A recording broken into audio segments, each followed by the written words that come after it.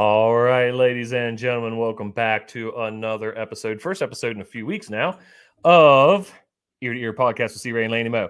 I am C. Ray. The cohort on the other side of the screen here is Laney Moe. How you doing tonight, buddy? What's up, my man? How you doing, buddy? Another day in paradise on the mountain, my man. For those of you wondering out there, we kind of have gone to a bi-weekly type format. We're kind of in that dead season. Football's over. Basketball's basically over. We'll have some baseball talk, but probably not going to be putting out one every week. But once football season starts, we'll be back on that crap every week for sure. And I apologize if anybody has a problem with my broken headphones. New ones aren't here yet, so we're going with duct tape and super glue until the new ones get here. Nobody can see it. But so we got some stuff here.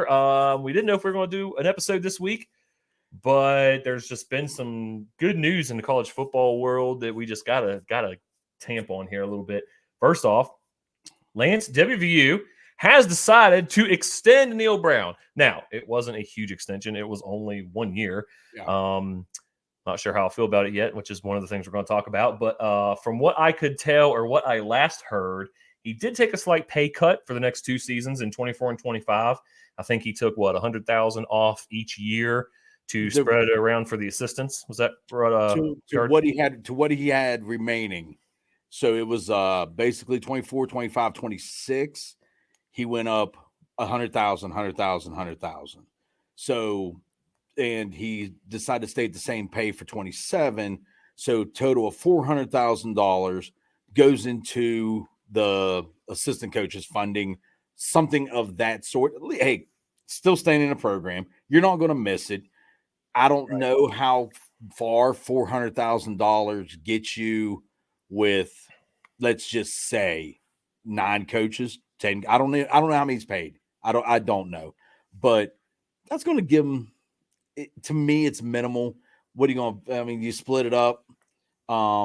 Basically, it's $100,000 a year divided by, let's just say, 10 coaches. What do you give them? 10 grand each. Yeah. So I don't know, but I think we all agree. But I just got to say that it's in the right spot, right? It is what that is, and I get that. Well, something else that came along with this contract extension was the buyout did change, and it does become a little more favorable, actually a lot more favorable in my opinion, to WVU. So if between now and the end of the term, if WVU fires him, he is owed 75% of the remaining balance on his contract. So that goes down pretty considerably every year. I think right now we're looking at 75%. We'll see. We got 3 more seasons, 4 million, a little over 12 million. Is that, if that's right, 24, 25, 26, and then he would be renewed in 27. So that's 3 seasons at a little over 4 million. So you're looking at almost 12.5 million. Not a terrible buyout, I think. And plus it'll drop pretty good every year until we either renew him, fire him, he leaves, whatever happens. Lance, how do you feel about him being extended at all? I mean, the first 4 years, WVU football under him, not great, not good at all. Year 5, shattered expectations. I would like to see this year that it's not a one-off, and I think we have the potential for that this year. But how do you feel about him being extended, considering the first 5 years that he's had here? On an upswing. It's on an upswing. My thing is, who else you going to get? I mean, you might as well you might as well lock him in for that 1 more year. It's not going to hurt you any. And and if things go bad, you can him and you pay anyway. And it's West Virginia's. It's not like there's that huge buyout hanging, like you said. And then on top of that, it's you're getting bottom of the barrel price for college football coach. $4 million to be a Power 5 football coach is cheap. That is cheap. That is. I think that Kansas just signed Lance Leonard. Leopold. Leopold, yep, same thing. And they just signed him $7 million a year. $7 million, yeah. So, and that's Kansas. They see their investment, and Brown can say, well, I mean, what have I done? Well, you know what? I really haven't done that much. So I have to earn my money now. I have to earn my money. And in my opinion, when you're comparing those two, you're almost comparing apples and oranges. I mean, Leopold turned a bottom feeder, the basement dweller of our conference around inside of a 3-year period into a respectable team. I mean, what was it, his first year or second year? They were 6-0 until the quarterback went down. And, they kind of fell off the edge that year. I sincerely believe if he doesn't go down, they finish the season 8-4. Kansas football 8-4. I mean, they haven't seen that since like 2005 or something like that. 2004, I think it was. Somewhere around that area was the last time they had like a decent season. So, there's a pretty big difference there when you're looking at what he did in his first 3 years and what Neal Brown did in his first 3 years. Sure. What he, So I don't. Yeah, I agree with you. I don't think Neal Brown should be using Kansas as a stick to measure himself against because he's going to lose. It's not favorable for him. But he's going to be in the new Big 12. He's going to be in the bottom pay wise. Oh, absolutely, yeah. And the thing is, that's where West Virginia lives. And we don't pay nobody. Huggins, they paid Huggins, but you wait till the next one. But we'll see. And it's so hard to talk money whenever you got a university cutting programs. And then imagine them actually paying somebody $7 million a year, and people absolutely shitting all over themselves whenever that's going down. Yeah. So you know what? I think if I have a very, very good friend of mine that said you pay for wins, and it's about you're paying for about $1 million a win. So last year they won 8, 9. So she doubled his money. And this year, because if you think about it, think of the teams that won 10, 11 last year, 12, whatever. Start looking up what they paid their coaches was the 9, 10, 11 a year mark. Yeah. And it comes, you're right. You're right. It averages out to about $1 million a win. Yeah. So if you're paying Neal Brown $4 million and that old boy wins 8 games, double down, So get the bang for the buck on that, buddy. You really are. So, and nobody's knocking at the door to coach here anyway.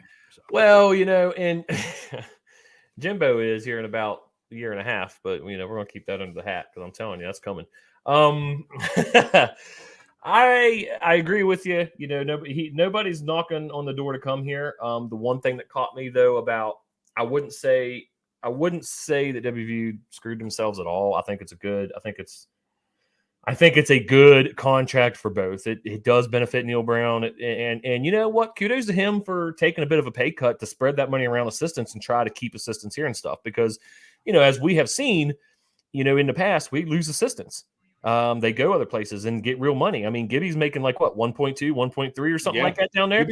Gibby's making $1 million a year as a DC. Yeah, exactly. At a not so good ACC school. Right. So kudos to Brown for doing that. I respect that, and I hope it works out and I hope it comes on the right side of it. But, nobody was knocking on the door for Neal Brown either. So, right. In a way you can kind of sit and look at this and say, I don't think we jumped the gun. I think we did what we needed to do as far as recruiting goes. Because there's always that hang up where everybody has, you got to lock the coach in for recruiting purposes. I personally don't think that applies as much today as it did 5 years ago. It doesn't. We're living in the days of the transfer portal and NIL. So I don't know if, forcing yourself to take a coach for another 3 years, if you don't want him, is necessary for recruiting purposes. When we have seen examples over the last few seasons of coaches that have come in 1 year, built a team from the transfer portal and succeeded doing so. But I'm not mad about it. I'm not sitting here being like, oh, it was a dumb move. We shouldn't have extended him. I don't know if I would have, because it wasn't like anybody was beating down his door to get him. Either way. So yeah. But hey, it was a good deal both ways, and I like it. Now the thing is, this year coming up, he's got to kind of prove to me that this wasn't a one-off season last year. Yeah, and he has to prove to everybody. Right. And you're a full, if you roll in to 2024 saying he better win 10, this team's got this coming back, that blah, blah, blah, blah, blah, blah, blah. They got to win 10. Let's be real. There's only going to be 4 teams win 10 games in college football. I mean, being real. Right. And West Virginia is not one of them. And Not this year. No. But the thing is, if he can duplicate and get a bounce his way, and these players absolutely show up, I think this team can truly win, 8 games, 9-game regular season, and get that 10th bowl win. And that's a 10-win season. No matter what you say, you're going to get your 10 win, Right. But I truly think this team, if the offense is going to be nasty, I believe he's learned how to coach this offense and got the players to ignite it. This offense could get. I think these boys will get down. It depends on the defense if they can get the ball back enough. Right. Well, I can tell you, if the offense can progress a little more like it did as this past season went on, and the defense can play like they did last year, I think you're right. I think we can be in for, I don't know if I'd say a special season, but I definitely see. I don't see why we couldn't win 8 games this year. There's absolutely no reason to think that we shouldn't be able to win at least 8 games. It's like I've said in previous episodes. The schedule, I think, this year is a teensy bit harder, just by 1 or 2 games, and that's only because we're getting some teams back that if we would have played last year, I think would have been losses. That's the only reason I think that. But the team progressed. It was a different team at the end of the year, so it kind of comes out in the wash, in my opinion. Vegas line right now has West Virginia Mountaineers currently at 6.5 wins over and under. That's better than 4.5 that has that last year. So I'm just going to take what I bet last year at 5 wins and double that joker up on 6.5. So, and because I'm, like I said, I'm not I don't believe in fairies and all that. And West Virginia's going to win 10-win season. Can they? You never know. But if they win 6 games, if this team only wins 6 and it cost me a little bit of cash, take my money. Because I just don't think that they're going to win just 6. I think 7 is a lock. 8 is, something happened and they pissed around 1-8. And I think 9-win season is very, very likely. I do. Right. So, last year I kind of have my steps. I have what I think is going to happen. I think what's possible, and I think what's a miracle. And, kind of what I think and what I'm expecting is 8 wins. I don't expect anything less. We're bringing back. We brought back all the necessary pieces to keep the nucleus of our offense together and our defense. Solid. Right. And I think Jaheim White is only going to get better. I think Green, hopefully, is only going to get better. And I think if he can get even more accurate and better in the passing game, defenses are not going to know what to do. What do? You got Jaheim White. You've got Green, who can pass or run. You've got a good passing game. I think that's what it's going to be this year. So 8 wins is what I expect. I think 9 is very possible. 10, couple, like you said, couple bounces go our way. We get in a shootout and we have the ball last or something like that. Maybe a miracle season, I think, would be 10 or 11. I don't see that. I see 8 or 9. That's kind of where I'm at. Somebody had a gun to my head, I would say 8-4 as it stands right now. A year ago, if you would have told me that, I was thinking 4.5, 5. And I did. Last year, I was like, 5 is what I expect. 6 would is possible. I think 7 will be a miracle. That was my stance last year, but 5 was my gun to my head guess. And I think I was stuck on 8 last year. I said 8. I said 8, and then they really need a bowl win, and you know what, they got it.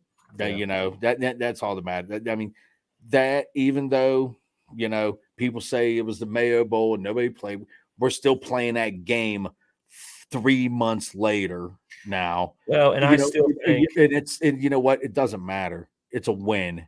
It doesn't matter who really played. They sat there, they had this guy set out and this guy transferred. It doesn't matter.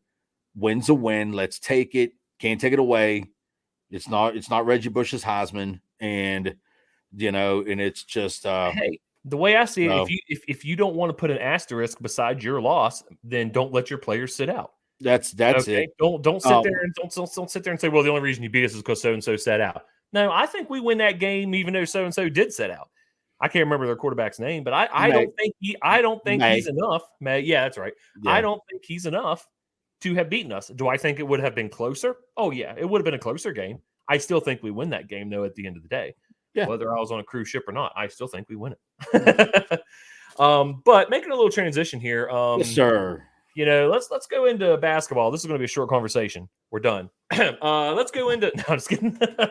It's been kind of the season I think a lot of us expected. Well, a lot of people expected. I expected it to go a little better, if I'm being honest. I thought once we got everybody in and everybody together, I thought things would turn around a little bit. I think the depressing thing of the season was you would see this game where, man, we look like professionals, and you saw that flash of like, this is what we've been wanting. And then it's like the very next game, we're playing like fifth graders that have all been hit in the head with a basketball before we went out on the court. And I just, so much up and down this year, so much up and down. We're like, what, 9-21, 9-20, something like that. And it's, They're not 500. shut up, Lance. Shut up. I know. Mhm. Yes, I did. They're not good. They're not good.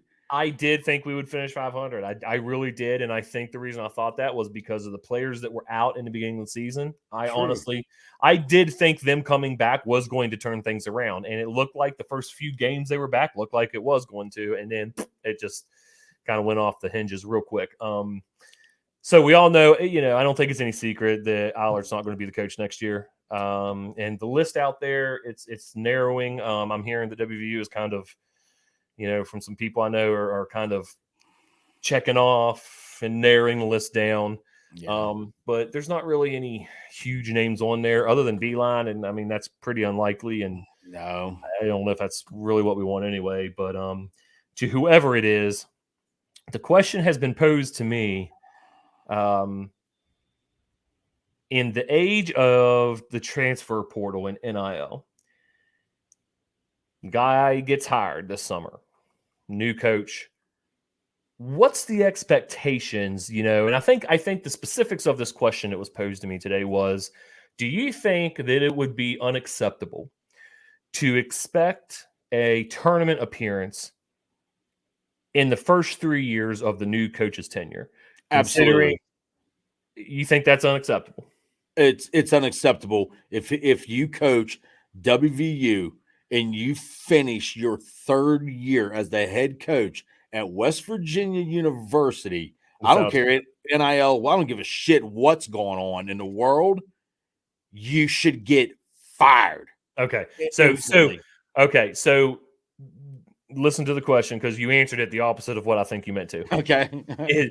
Is it unacceptable to expect a tournament appearance in the first 3 years? So you're saying, no, that's not unacceptable. We should be in the tournament in the first 3 years. They should be. Right. I'm not saying year one. I'm not saying year one. Let's be real. Right. Year two is you're figuring things out. Your assistants are meshing with, what I'm saying? You're learning the program. You're putting your implications, how you want to run your offense, defense, everything you're recruiting. Guys you went after, you didn't get. Now you're hitting the transfer portal again. Year three, you should be in. You should be able to field at West Virginia. And I'm not saying a top 5 seed in the tournament, but you should be able to field 8 to 14. Yeah, absolutely. Absolutely. Absolutely. Yeah. Yes. Yeah. Yes. I agree. In the toughest conference in college basketball. Right. And I agree. I think I'm completely on board with that. I think in this day and age, let's face it, the days of coming in, and in my opinion, it's easier to do in basketball than it is football, building a team and building a program. You don't have as many positions that you have to fill to be successful. So in this day and age, with how things run now with the transfer portal and crap like that, I see no reason why you can't piecemeal a team together that can at least get into the tournament. You get bounced in the first round, whatever. Yeah. But getting into the tournament in your first 3 years. So I agree. Yeah. I think that is a perfectly reasonable expectation, Yeah. regardless of whoever the next coach is. So let's hope that whoever they narrow it down to can do that. You know, your West Virginia is going to hire. I'm just throwing a name out. I'm not a name, but a school, for example. They're going to go hire the James Madison coach from that conference, from that league, from that area of level of basketball. The up and comer. Yes. The up and comer. Kind of like Neal Brown. Kind of like the Neal Brown of basketball. The up and comer. Yes. Succeeding in the G5. Well, let's give him a shot at the Power 5. That this is his 4th year running that program, and he's got them at 25-5. They're playing for their conference championship. This is their 2nd, 3rd year, maybe on a run. Right. That's who West Virginia goes after. And he's making 1.7 a year there. They're not going to give him Hugs. Hugs was making 4+ here. They'll probably give him something like 2. They'll give him 2.5. You get the bottom basement price. This is your introduction to WVU basketball. We got to start you here, bub, and watch you win, and see where you go. And if not, next. You know, that's what you. I mean, that's what you got to do with that. I hope we don't become one of those teams that start cycling through coaches. I hate that. Because you never build that's not program.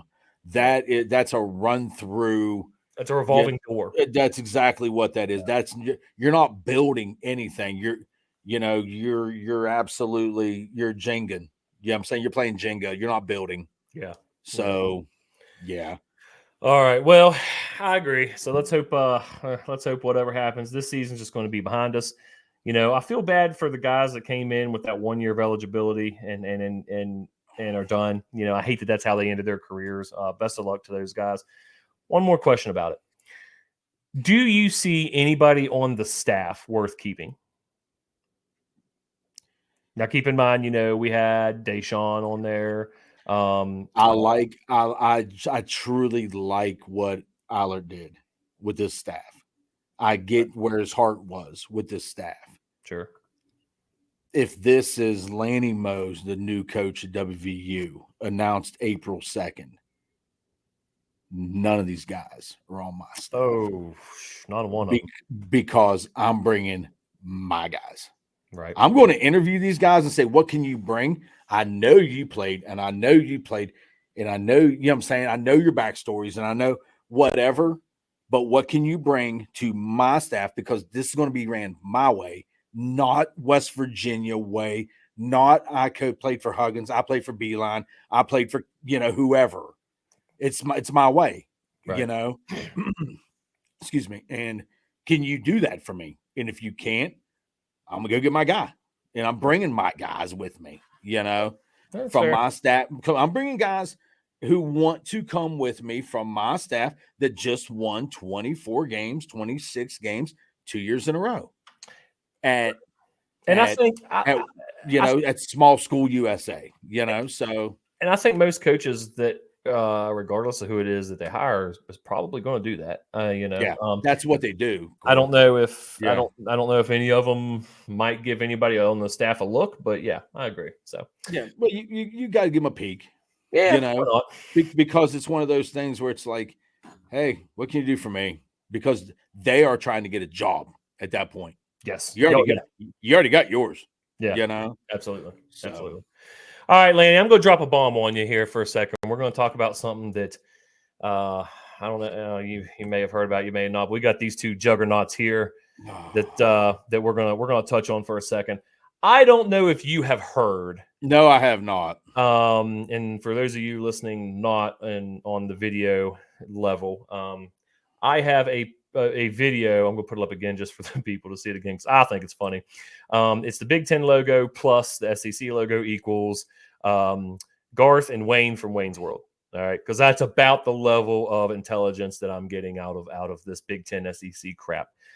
So listen to this. The SEC and the Big 10 have come out and have said, starting in 2026, that's when we're supposed to go to a 14-team playoff. Okay, you've heard about that, right? We're going 12. We're going right now until 2026. We're going to 5 plus 7 Power 5 champions plus 7 at large out there, top ranked lower schools, top ranked non-champion stuff like that. Going to go to 12. 2026, we're supposed to go to 14. The SEC and the Big Ten has essentially demanded, I guess, lightly demanded, that the money gets restructured to where they get more money than any other conference, and they want 3 auto qualifiers each for the playoffs. That's what they want. They want 3 guaranteed spots out of 14. Out of 14. That's 6. That's 6 spots. Almost half. Almost half. Basically half. You're 48% of the field set aside specifically for the Big Ten and the SEC. If that is not the biggest load of shit, and I'm sorry, excuse our language, we don't drop a lot of cuss words here. Don't you dare say you support this. I will lose my mind. Oh, Bubby, there's a high chance you're going to get 6 anyway. Oh my God, Lance. Okay, that's fine. All right, that's fine.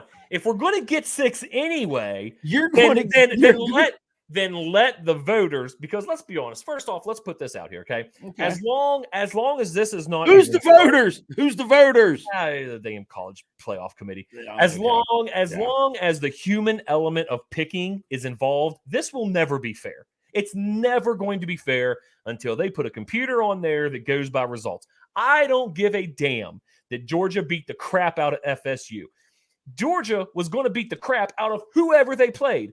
Who in the country was not going to lose to Georgia that night except maybe Alabama? And I'm willing to bet that Alabama can't beat Georgia twice in a row. Okay? Yeah. It did not matter who Georgia played. It was going to be an ass whipping that night regardless. Okay. Therefore, so I don't care. So what league's Georgia in? Well, the SEC. Alabama. The SEC. Washington now. The Big Ten. It's 3. Okay. So you ready to go? Who was the other? Michigan. What they in? Big Ten.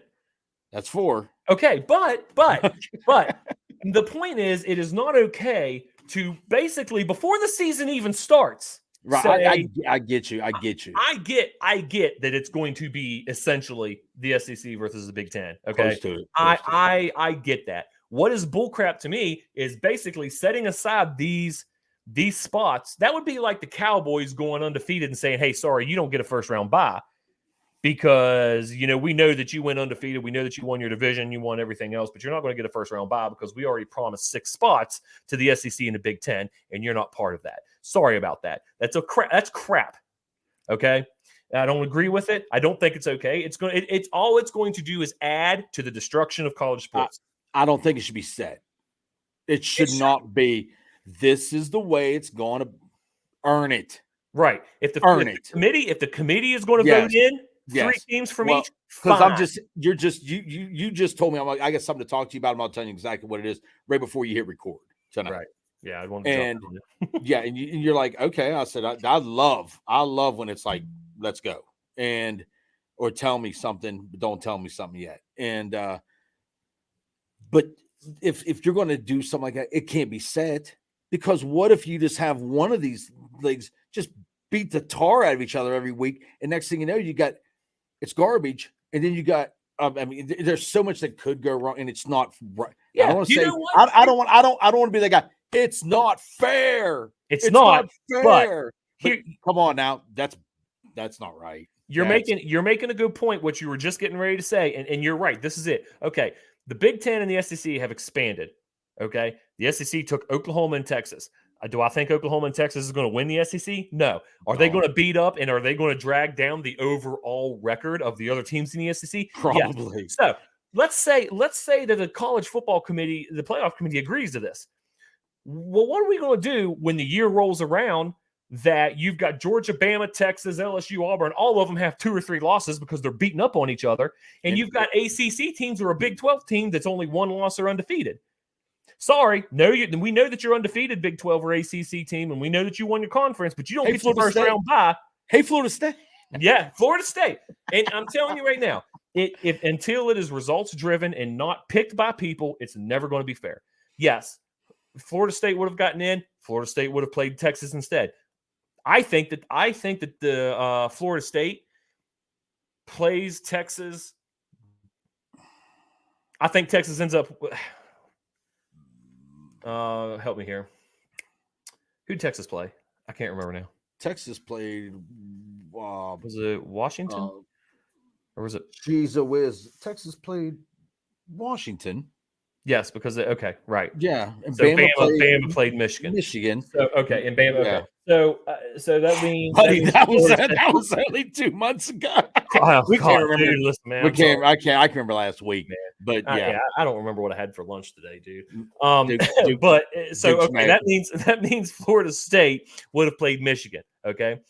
I'm not saying Florida State beats Michigan because they had a really great. I think they had a great team, but Florida State doesn't lose to Michigan nearly as bad as they lost to Georgia. It's okay. It's bullcrap. The whole thing is bullcrap. And Michigan won the national title, dum. They beat everybody. And then their coach leaves. Which also couldn't believe. Anyway, so I've got a lot of problems with this. I'm not a fan of it. Then there is the whole rumor of, the Big 10, the SEC want to break away and they want to do their own thing. If you want to do that, that's fine. You do that. You want to be the power two? You do that. But the power two, the deuces. Yeah. But if you're going to do it, you make it a complete breakaway. You fund yourself. You play yourselves. You have your own playoffs. You don't get in the big dance under the NCAA. You don't get into the college football playoffs. You do your own crap. It is a complete and utter breakaway. You're your own league. You have your own rules, your own commissioner. You leave. If you're going to do it, you don't get to have your, both foot, 1 foot in the grave, 1 foot in the ground. That's not how it works. All right. You don't get to say, you're Notre Dame. You're Notre Dame. Exactly. You don't get to. That's a bunch of crap. The only problem is Notre Dame doesn't have anybody to play. I think independent schools is crap too. I think they ought to be forced. If you're going to be part of the NCAA, you join a conference, or you don't play anybody, and you don't play anybody. Or you don't have sports teams. My bad. I mean, it's like join a conference there. I just think there's just going to be like 2 conferences before too damn long, and it's just going to be north, south, east, and west. Listen, I'm telling you, it's oh my god, it's funny too. It's a mess. It's funny too because I've been complaining about this for weeks. Okay. And Kirk Herbstreit, man, as much as I hate to be on the same page as that guy, Kirk Herbstreit was on something here the other day. I was reading an article where he was on something, and he said the same thing I said. If they're going to break, it was like, if they're going to break away, break away. And then if we're going to combine everybody, it all needs to be one thing. And I've said it for freaking years. You divide the country north to south in half, east to west in half. You got the Northeast, the Southeast, the Northwest, and the Southwest conferences. And you play it out. You play it out like the NFL. You take the top, let's say the top 4. 6. You take the top 4 in each division at 16, and let's go. And you play it out. And the winner of Northeast, Southeast, Northwest, Northeast and Southeast play each other. Yeah, that's your Eastern Conference winner, Northwest, Southwest. And then they go essentially to the winner of those essentially goes to the college Super Bowl. You got 16. You got 16 in each one. Bang, bang, bang, bang. You take top 4, 4, 4, 4. And then you got 16 down to 8. Down to 4, down to 2. You'd go down to 4 where you would have your individual division winners. Buddy, it's a 3rd and 4th grade basketball tournament schematic. I mean, the worst part about it is that's how simple it is. That's how simple it is. How simple it should be. Right. That's what it is. But this is what happens when you got politics and money involved and big media, and it's a recipe for disaster. And for the record, when we say politics involved, we don't mean like Republican Democrat politics. We mean the idea of politicking with this stuff involved. But you're right, and it's like I said, until the human element of voting for who gets in is pulled out, and it's results driven by a freaking computer and by math, it'll never be fair. In case you guys couldn't tell, this is a hot button issue for me. I freaking hate it, man. God, I hate it. You're not going to sleep tonight. Oh, man. I'm going to have to freaking go drink a pint of Crown just to calm myself down so I can go to sleep now. They got new blackberry. They got new blackberry out, by the way. Man, is it good? I've heard about it. Is it good? I'm not a Crown guy, but I know every liquor store in Mon County sold out of it already. Oh, it was like pre-registered and ridiculousness. Yeah. And it's like when the peach came out, dude. When the peach came out, flat out gone. I got lucky. I went back to my hometown for a wedding. And we, if anybody out there really knows me, there's a couple people that are from a hometown that have found me on here now. But we have like one real liquor store because I grew up in a little farm town over in the Eastern Panhandle. Still in mason jars. Yeah. Hey, yes. But the best kind. That's it, man. That old bat. That any better than buddy, that, buddy. The old bathtub brew. Oh, yeah, buddy. But I got lucky, man. I was going to a buddy's wedding, and I pulled into our little liquor store in my hometown to get him a bottle of Patron, which is his favorite drink. And I saw they had one bottle of peach on the shelf. And I said, man, I can't believe you guys have any of this. I said, I'm going to grab this. And the girl behind the counter says, we've got a few cases in back. Do you want more? And I'm like, God, yes. I said, because, since I moved to Charleston, I said, I can't find it in Charleston. I said, every store's out of it in Charleston. I said, I went to Morgantown. Everybody's out of it. She goes, oh, yeah, we've got like 3 or 4 cases left. I bought a whole case. I bought the whole case and brought it home, man. I'm down to like 1 bottle now, but because I'm not like, I'm not like a heavy drinker. But I do want to try the blackberry stuff. But I'm telling you, dude, that's a hot button issue. You were saying, I want to wrap this up with real quick. Lay it on me.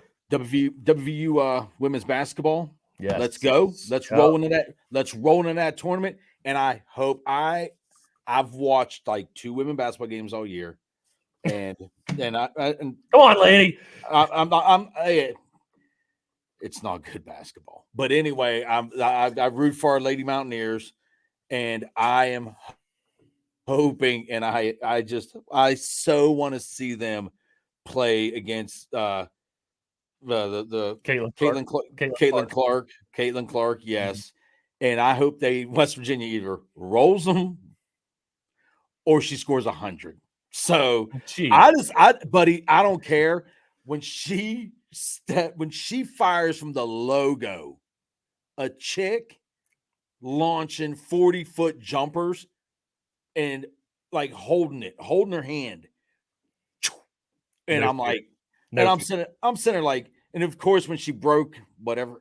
Dude, they're making a big deal out of this record break and whatever. She broke 10. Oh yeah, no, she broke the NCAA D1 scores record, not just women's, the men and scoring record. Now, but when she broke the women's, she said, "Of course I was going to pour from the logo." I was like, "Oh, she's like anybody doubted me." I'm like, "Oh my goodness," and the ball's on her.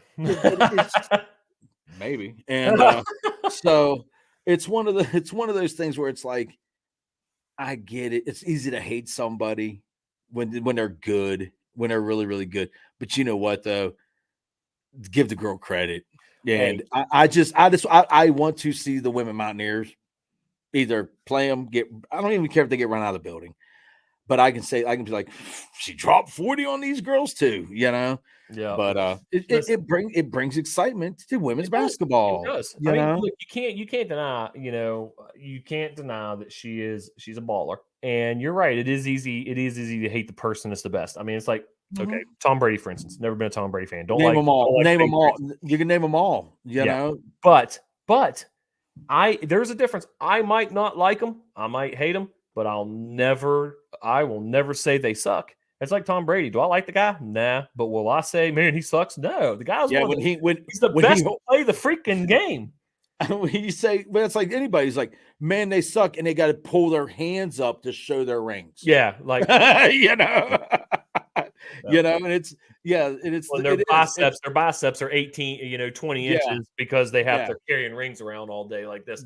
Yeah. And that's an example of it, and she's the same. I'm sure there's a lot of people out there that don't like her. There was all that crap here, like, I don't know, a month and a half ago about when somebody stormed the court, whoever they were playing beat them, stormed the court, and she flopped, and maybe she did. Buddy, that's a whole. I can go on forever about court storming.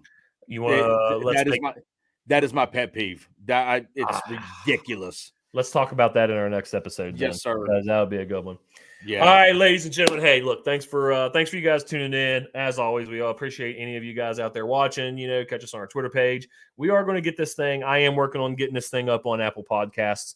I've had some requests for some people saying, "Hey, I'd really like you to be on there." I listen to all my other podcasts on there, so I am in the process of that. That'll be coming here. With us kind of being, I'll be honest, we're being kind of fickle through the summer. It's gonna be hit and miss, maybe. Keep an eye on the Twitter page, the X page, whatever. But I will have us on Apple Podcasts by the time football season starts. That way, all of the you people that have hit me up requesting me on that. Some of you sent me some text messages that know me and stuff. We appreciate you listening. I'll have us on Apple by football season. But thank you guys. Like, subscribe, and hey, everybody, have a good week. Tell friends, relatives that check these two idiots out. And I truly hope we left you smiling ear to ear. Let's go.